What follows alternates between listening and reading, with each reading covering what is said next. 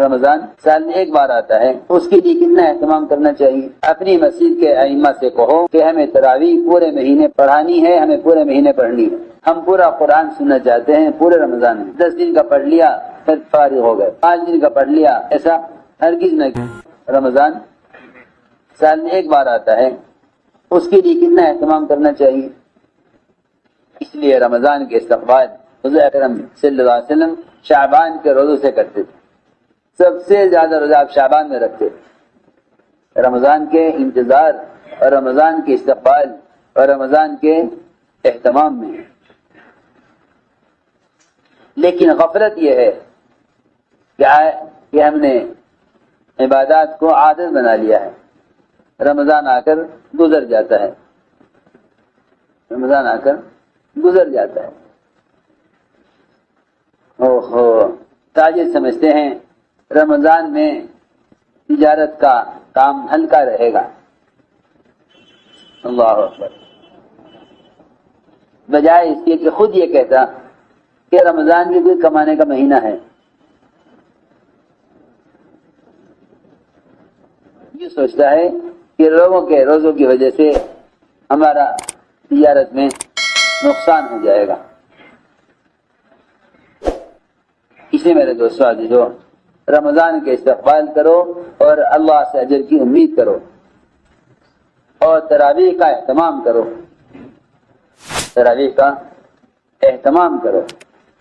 اپنی مسجد کے ائمہ سے کہو کہ ہمیں تراویح پورے مہینے پڑھانی ہے، ہمیں پورے مہینے پڑھنی ہے۔ ہم پورا قرآن سننا چاہتے ہیں پورے رمضان میں، 10 دن کا پڑھ لیا پھر فارغ ہو گئے، 5 دن کا پڑھ لیا پھر فارغ ہو گئے، ایسا ہرگز نہ کیا جائے۔ ہر مسجد کے مقتدیوں کو چاہیے اپنے امام سے کہیں کہ ہمیں آپ تراویح پورے مہینے سنا، کیونکہ جلدی قرآن کو پڑھ کر ختم کر دینا یہ قرآن کے ساتھ بڑی زیادتی ہے۔ ان قوم اتخذوا هذا القرآن مہجورا، مہجورا کا مطلب یہ بھی ہے کہ یا تو اس پر عمل نہیں کیا یا اس کی قرأت کا حق ادا نہیں کیا، وہ بھی مہجور کے حکم میں ہے کہ اے میرے رب، میری قوم نے قرآن کو پیچھے ڈال دیا، قرآن سے اعراض کیا۔ اس لیے میرے دوستو عزیزو، حضرت عائشہ فرماتی ہیں رضی اللہ تعالی عنہ کہ جس شخص نے ایک رات میں پورا قرآن ختم کر لیا اس نے قرآن پڑھا ہی نہیں ہے، نے قرآن پڑھا نہیں۔ یہ تو انفرادی پڑھنے میں یہ بات ہے، اگر مجمع کو پڑھا رہا ہے تو امام کا قرآن کا پڑھنا اس طرح ہونا چاہیے جس سے سننے والے کو قرآن صحیح ہو جائے۔ اس لیے تراویح کا اہتمام ہو پورے رمضان اور قرآن سنا جائے پورے رمضان۔ عام طور سے ائمہ اکرام یہ چاہتے ہیں کہ بس 10 دن کا سنا کر اپنا بوجھ اتار لو، حالانکہ قرآن بوجھ نہیں ہے، قرآن تو غذا ہے، قرآن غذا ہے۔ شوق سے پڑھنا چاہیے قرآن کو شوق سے پڑھو، شوق سے سنو کہ بھائی روزانہ 1 سپارہ اطمینان سے پڑھا جائے، اطمینان سے سنا جائے، تاکہ پورے رمضان تراویح کا بھی اہتمام ہو۔ جو لوگ 10 دن میں 15 دن میں قرآن ختم کر دیتے ہیں وہ باقی رمضان گھومتے پھرتے ہیں، کیا کریں گے کہ پھر 15 منٹ میں علم ترا کیسے تراویح پڑھ لیں گے پھر فارغ ہو جائیں گے۔ اگر احتساب ہوگا تو قیام بھی ہوگا۔ اس لیے فرمایا کہ جو رمضان میں تراویح کا اہتمام کرے اللہ سے اجر کی امید کے ساتھ، اس کے پچھلے سارے گناہ معاف کر دیے جاتے ہیں۔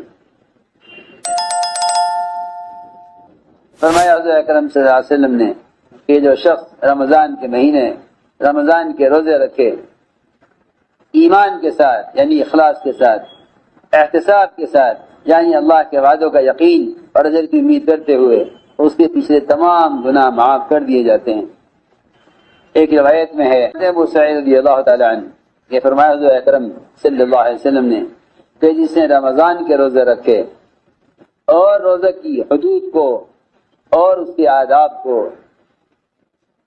کیونکہ صرف روزہ رکھنا فاقہ ہے، اور روزے کے رمضان میں اپنے آپ کو لایعنی باتوں سے، غیبت سے خاص طور پر اپنے آپ کو بچانا، یہ اپنے روزے کی حفاظت کرنا ہے۔ اسے رمضان کے روزے رکھے اور رمضان اور روزے کی حدود کو اور اس کی قیود کو اچھی طرح پہچانا، اور ان چیزوں کا خوب خیال رکھا جو روزے دار کو کرنی چاہیے، اور جسے سے بچتا رہا جسے روزے دار کو بچنا چاہیے، اللہ تعالیٰ اس کے پچھلے تمام گناہ معاف فرما دیتے ہیں۔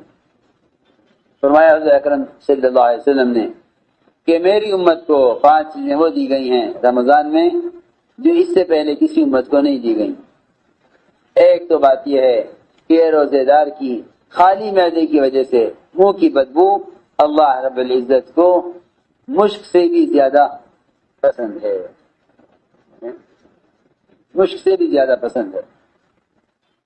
دوسری بات یہ ہے کہ تمام سمندر کی مچھلیاں وہ روزدار کے لیے استغفار کرتی رہتی ہیں یہاں تک کہ وہ روزہ افطار کرے، اور اللہ رب العزت ہر دن جنت کو سجاتے ہیں، ہر دن اللہ جنت کو سجاتے ہیں، اس لیے یہ قریب ہے کہ میرے روزدار بندے روزے تھکے ہوئے آئیں گے اور وہ یہاں اپنی تھکان اتاریں گے اور اے جنت تیرے اندر داخل ہوں گے۔ لہذا اللہ تعالیٰ جنت کو ہر دن سجاتے ہیں، اور جتنے سرکش شیاطین ہیں ان کو قید کر دیا جاتا ہے، وہ چھوٹ نہیں سکتے رمضان کی آخری رات تک۔ ایک روایت میں فرماتے ہیں کعب بن عجرہ رضی اللہ تعالیٰ عنہ کہ فرمایا حضور اکرم صلی اللہ علیہ وسلم نے کہ منبر کے پاس سب جمع ہو جائیں، چنانچہ فرماتے ہیں کہ ہم سب جمع ہو گئے۔ آپ منبر پر چڑھے، یہ پہلی سیڑھی پر آپ چڑھے، آپ نے فرمایا آمین، حالانکہ آپ نے خود کوئی دعا نہیں مانگی تھی، کوئی اور کسی اور کی دعا کی آواز بھی نہیں تھی، فرمایا آمین۔ پھر دوسری سیڑھی پر چڑھے، فرمایا آمین۔ پھر تیسری سیڑھی پر چڑھے، فرمایا آمین۔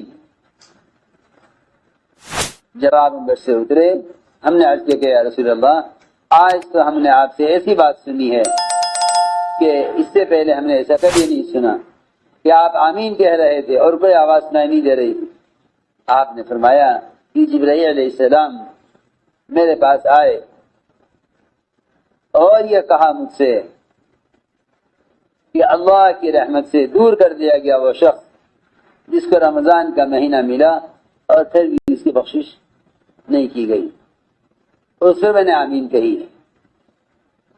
جب میں چڑھا دوسری سیڑھی پر تو جبرائیل نے کہا کہ اللہ کی رحمت سے دور کر دیا گیا وہ شخص کہ جس کا آپ کے سامنے ذکر کیا جائے،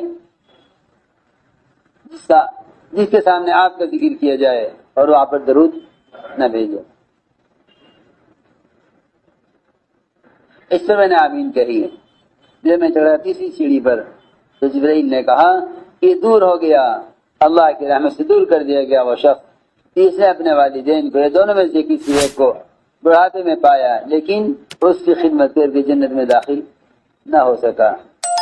اسے میں نے آمین کہی، یعنی جبرائیل کی بددعا اور آپ کی آمین، جبرائیل کی بددعا اور آپ کی آمین۔ اس لیے میرے دوستو عزیزوں رمضان کو خوب وصول کرو۔ یہ رمضان کا مہینہ دعوت اور عبادت کو جمع کرنے کا مہینہ۔